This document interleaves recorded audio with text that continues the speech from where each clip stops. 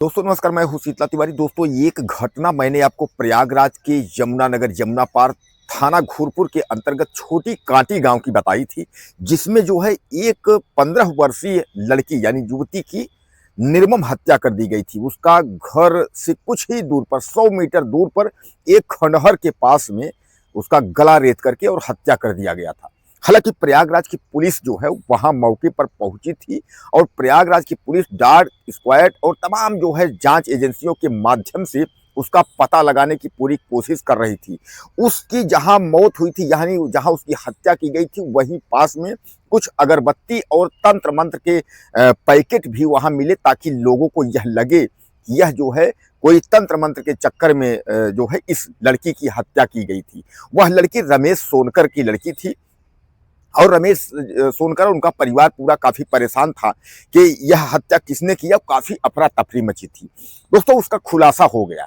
उसका खुलासा ये हो गया कि रमेश सोनकर और उसकी पत्नी इन दोनों ने मिल करके और अपने बेटी की जो है हत्या कर दी। अब आपको बहुत ताज्जुब होता होगा कि ऐसे कैसे हो सकता है। पहले तो रमेश सोनकर का पूरा परिवार जो है इस तरह लगा था कि आखिर उसका किसी से कोई विवाद नहीं था, कोई दुश्मनी नहीं थी, तो फिर क्यों हत्या कर दी गई, उसकी क्यों हत्या हुई। रमेश सोनकर उनका पूरा परिवार जो अगल बगल गांव के लोग थे छोटी कांटी के, वह न्याय की गुहार लगा रहे थे, क्योंकि इसके पहले 2019 में भी एक हत्या हुई थी। तो अब जो है कि 5 से 6 साल बाद जो है जब इस लड़की की हत्या हुई तो तमाम जो है सवाल उठने लगे। पुलिस भी जो है डॉग स्क्वाड यानी डॉग जो है जो कुत्ता खोजी कुत्ता होता है उसको लेकर के आई और कुत्ता जो है चारों तरफ दौड़ रहा था, लेकिन कुत्ता जो है केवल दौड़ करके रमेश सोनकर के घर ही जा रहा था, उसके बाहर कहीं नहीं जा रहा था। यहाँ से पुलिस को शंका हुआ और पुलिस जो है समझ गई कि यह जो है कातिल कोई और नहीं है, कातिल यही का है, यही घर का ही है। और मैंने वीडियो में आपको बताया भी था कि कातिल कोई और नहीं है, कातिल वहीं आस पास परिवार या रिश्तेदार, कातिल वहीं आसपास का ही है, बाहरी नहीं है। अब आप समझ लीजिए कि यह हत्या रमेश सोनकर ने अपनी बेटी को क्यों मार डाला। तो रमेश सोनकर ने अपने बेटी को इसलिए मार डाला कि कहा यह जा रहा है कि वह बेटी जो है उसके ऊपर चरित्र पर शक करता था। यानी बेटी का जो है किसी से संबंध था, प्रेम परस्पर का मामला था। तो रमेश सोनकर को यह लग रहा था कि इससे हमारी जो है बदनामी होगी। तो उसने अपनी पत्नी के साथ जो है बातचीत करके जो है मसौदा तैयार किया कि क्यों न इसकी जो है रात को हत्या कर दी जाए।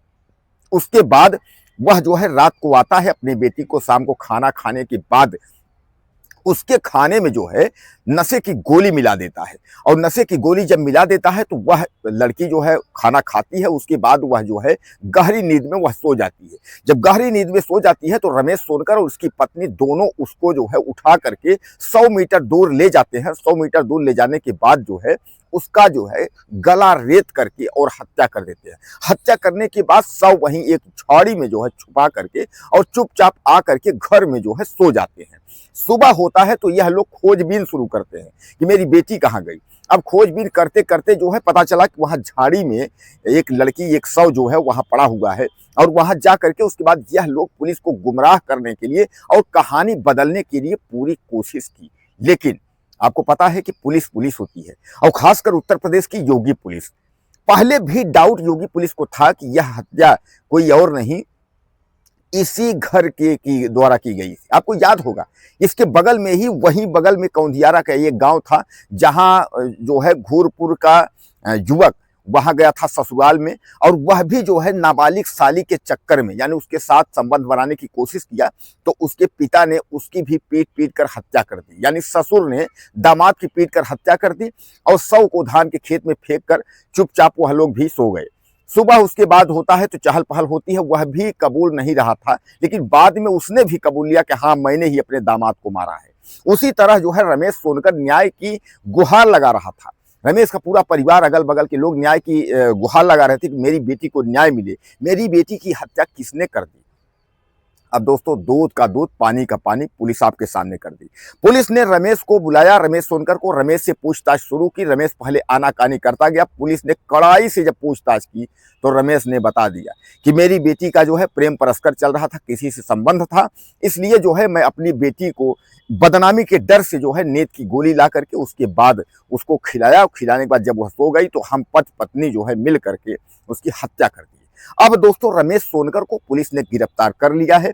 देखिए रमेश सोनकर की पत्नी जो है वो फरार है। अब पुलिस उसके भी चक्कर में पड़ी हुई है और जल्द ही रमेश की पत्नी भी गिरफ्तार हो जाएगी।